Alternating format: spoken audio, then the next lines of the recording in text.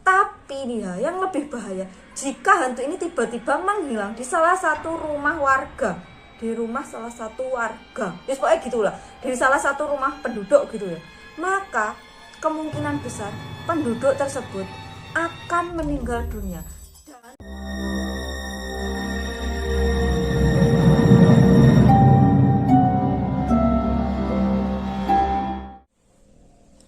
Assalamualaikum warahmatullahi wabarakatuh. Terima kasih udah ngeklik video ini. Aku Nur Pujiati and welcome back to my channel.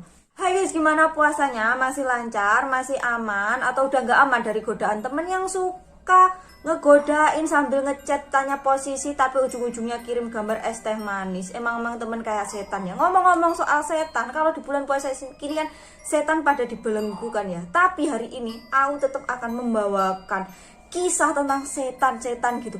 Ya kalau setan di Indo kan identik dengan hantu ya. Jadi otomatis saya akan menceritakan tentang salah satu hantu legendaris yang ada di Indonesia.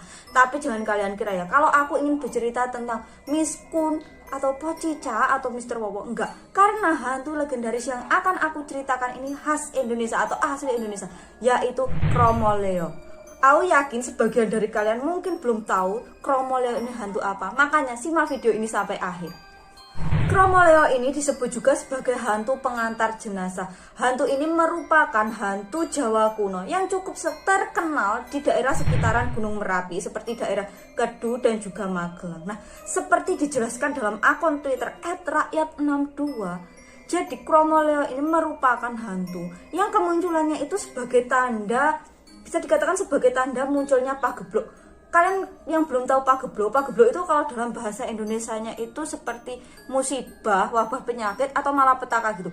Jadi ini tuh pagebluk ini akan menimbulkan banyak korban jiwa dan terjadi dalam skala yang luas gitu. Nggak hanya satu rumah, dua rumah, tapi bisa satu desa atau satu kecamatan atau di suatu daerah kayak gitu. Nah, Kromo Leo sendiri adalah jenis hantu yang populis. Maksudnya populis gini. Nah, kalian kan kalau kayak Mr. Kun atau Pocica gitu mungkin munculnya itu celing gitu kan, munculnya satu aja. Tapi enggak, Kromo Leo itu munculnya secara rombongan gitu, enggak sendirian. Acie hantu aja rombongan, masa kalian sendirian? Oke, lanjut. Jadi gini, kan tadi hantunya secara populis gitu. Jadi kalau dari kejauhan ya, hantu ini tuh terlihat hanya seperti keranda terbang gitu. Tapi apabila kalian mendekat atau hantu itu mendekat ke kalian gitu, maka akan terlihat makhluk-makhluk yang sedang memikul keranda terbang tersebut. Makhluk ini nampak seperti manusia, namun berbadan sangat hitam, kepalanya itu menunduk dan matanya ini berwarna putih. Jadi matanya ini gak enak hitam-hitam, ini gak ada, cuma warnanya putih gitu. Nah, mereka ini memakai baju seperti petani zaman dahulu. Kalau kalian pernah nonton film kolosal kayak Angkring Dharma gitu kan, mesti enak loh petani-petani yang pakai pakaian zaman dulu gitu loh, sing celananya komprang terus pakai baju sing gak dikancingkan. Nah, mereka itu pakaiannya seperti itu dan memakai ikat kepala berwarna hitam. Oh ya, mereka ini juga berjalan itu mengambang, gak meneplek tanah itu enggak, tadi ngambang gitu, berjalan tapi ngambang gitu, kalau hantu-hantu pada umumnya kayak gitu. Nah, kan aku tadi udah bilang jika mereka ini berjumlah rombongan gitu ya. Jadi jumlah mereka itu sekitaran biasanya itu 5 orang, dimana 4 orangnya ini memikul kerandanya, sedangkan 1 orang ini memimpin di barisan depan sambil membawa sebuah gentong yang berisi air. Kalian yang belum tahu gentong itu adalah tempat air yang terbuat dari tanah liat. Kalau nggak mudun-mudun ya koyok ini gambarnya koyok ini. Ini namanya gentong. Nah, lalu kenapa hantu ini disebut hantu Kromo Leo? Jadi gini, kan tadi aku bilang ya, tadi jumlahnya itu ada 5 orang. 1 orangnya itu membawa gentong di depan itu kan yang berisi air. Nah, hantu yang membawa gentong itu pada saat berjalan itu akan menimbulkan suara yaitu gini, ole gitu. Muncrat terus. Jadi gini, maksudnya itu oleo gitu tuh, maksudnya itu dapat gitu. Katanya ya, kalau mereka ini dapat orang, nanti air yang ada di gentong ini akan berkurang, atau mereka ini dapat korban, air yang ada di gentong ini akan berkurang. Nah, sedangkan tadi yang memikul keranda di belakang tadi 4 orang ini tadi, dia ini juga akan berkata gini, ojole gitu loh. Itu maksudnya jangan dapat, maksudnya jangan dapat korban, karena nanti kalau dapat korban, beban yang mereka pikul ini akan semakin berat gitu, sehingga antara yang di depan sama yang di belakang itu sebenarnya berbeda. Solo versus squad gitu ya. Ini akan dan kata yang di depan dari kata oleh sama kata ojole muncrat astagfirullah. Ojole itu nanti akan menimbulkan suara yang terdengar seperti kromaleo gitu. Kromaleo. Ya wis kayak gitu suaranya. Dan suara ini terdengar dari jarak 100 meter tuh juga masih terdengar. Jadi jaraknya misalnya hantunya di sini, kalian 100 meter di sana. Itu jaraknya itu masih terdengar. Menurut kepercayaan masyarakat zaman dahulu ya, apabila ada orang yang berpapasan dengan hantu tersebut dan orang ini pemberani, maka orang ini akan mengejar atau mengantar hantu tersebut sampai ke perbatasan desa.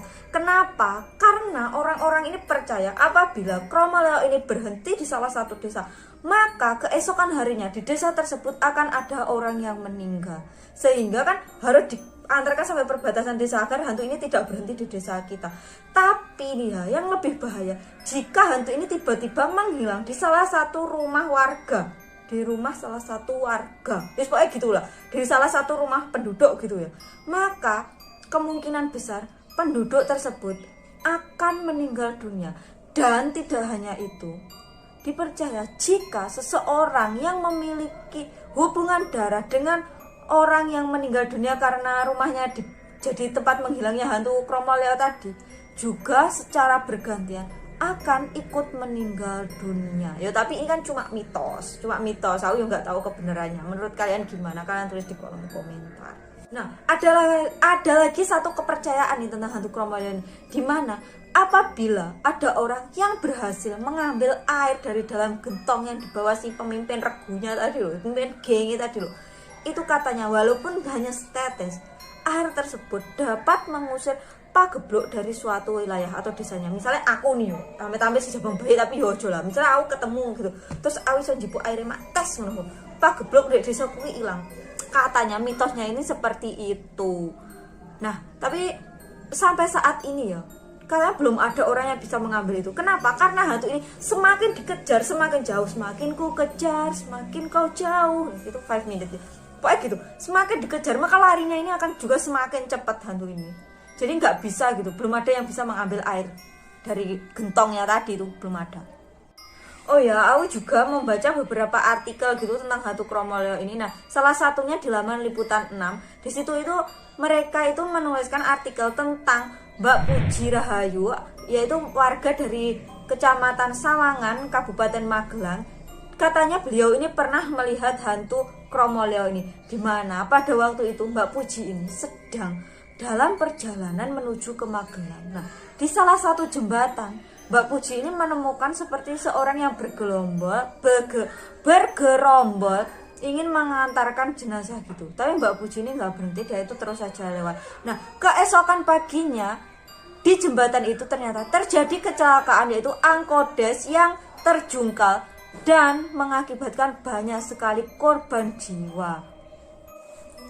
Mbak Puji ini juga menceritakan kengerian lain tentang hantu kromaleo ini yang dialami oleh Pak D-nya, di mana pada waktu itu di kampung tempat tinggalnya Pak D Mbak Puji ini ada salah seorang warga yang bekerja di Jakarta itu mengalami kecelakaan dan meninggal dunia. Nah, jenazahnya dari Jakarta ini tiba di kampungnya Mbak Puji ini pada sore hari sudah menjelang malam gitu, sehingga acara pemakamannya dilakukan keesokan harinya. Nah, keesokan harinya setelah acara pemakaman itu, kampung ini kan menjadi sunyi, sepi mamreng gitu loh. Dan kebetulan pada saat itu Pak D-nya Mbak Puji ini baru pulang dari rumah saudaranya. Dia ini berjalan sendirian, unu gitu, sambil tingak-tinguk kok gak enek uang kayak ngono. Dia terus berjalan hingga melewati rumah orang yang berduka tadi. Setelah melewati rumah itu, tiba-tiba dari belakang itu seperti terdengar suara orang yang sedang bercakap-cakap atau suara iringan-iringan orang gitu. Dan yang didengar oleh Pak D-nya Mbak Puji ini adalah suara seperti kromaleo gitu. Secara refleks ya, Pak D tadi itu menengok ke belakang, maset gitu. Dan apa yang beliau lihat? Beliau itu melihat iring-iringan orang yang sedang membawa keranda jenazah tanpa penutup. Pak D ini menjadi kaku megeng wis gak iso obar, nyanyi gak iso move on lah. Wis kaku megeng gini. Terus rombongan itu semakin mendekat dan Pak D-nya Mbak Puji ini kemudian berjongkok. Nah, saat jongkok ini sempet-sempetnya ya, dia ini menengok ke keranda yang nggak ada tutupnya tadi. Dan kalian tahu apa? Yang dibawa keranda itu adalah sesosok jasad dengan pakaian berwarna putih lusuh dan mengeluarkan bau yang sangat tidak sedap. Nah, Pak D Mbak Puji ini tahu, oh ini nih hantu Kromo Leho, sehingga dengan berat hati beliau ini mengikuti hantu itu tadi sampai ke perbatasan desa. Nah, setelah sampai di perbatasan desa, hantu ini berjalan terus dan Pak D-nya Mbak Puji ini segera belok ke salah satu warung yang ada di dekat pertigaan itu. Dia ini membangunkan pemilik warung itu dan menceritakan apa yang terjadi. Dan epicnya kalian tahu, keesokan harinya di desa sebelah yang tadi dituju oleh rombongan tadi, kan tadi Pak D-nya Mbak Puji ini hanya mengantarkan sampai ke perbatasan desanya aja. Di desa yang terus didatangi itu tadi, keesokan paginya terdapat orang yang meninggal. Wallahu alam ya, ini apa hanya sebuah kebetulan atau apa, karena ini tuh hanya kepercayaan dari masyarakat sekitar situ. Demikian tadi cerita mengenai hantu Kromo Leho atau hantu pengiring jenazah ini. Apabila kalian mempunyai informasi-informasi lain yang gak aku sampaikan di video ini, kalian bisa tulis di kolom komentar. Nanti kita bisa sharing bareng-bareng. Dan terima kasih udah nyimak video ini sampai akhir. Jangan lupa klik tombol like-nya dan jangan lupa subscribe agar kedepannya itu aku lebih semangat gitu bikin konten-konten lagi. Dan kalian juga jangan lupa untuk klik bunyikan loncengnya ya, biar sewaktu-waktu kalau aku upload video itu kalian itu selalu nggak ketinggalan dan kalian tuh tetap tahu video-video terbaru aku. Terima kasih. Wassalamualaikum warahmatullahi wabarakatuh. Bye bye.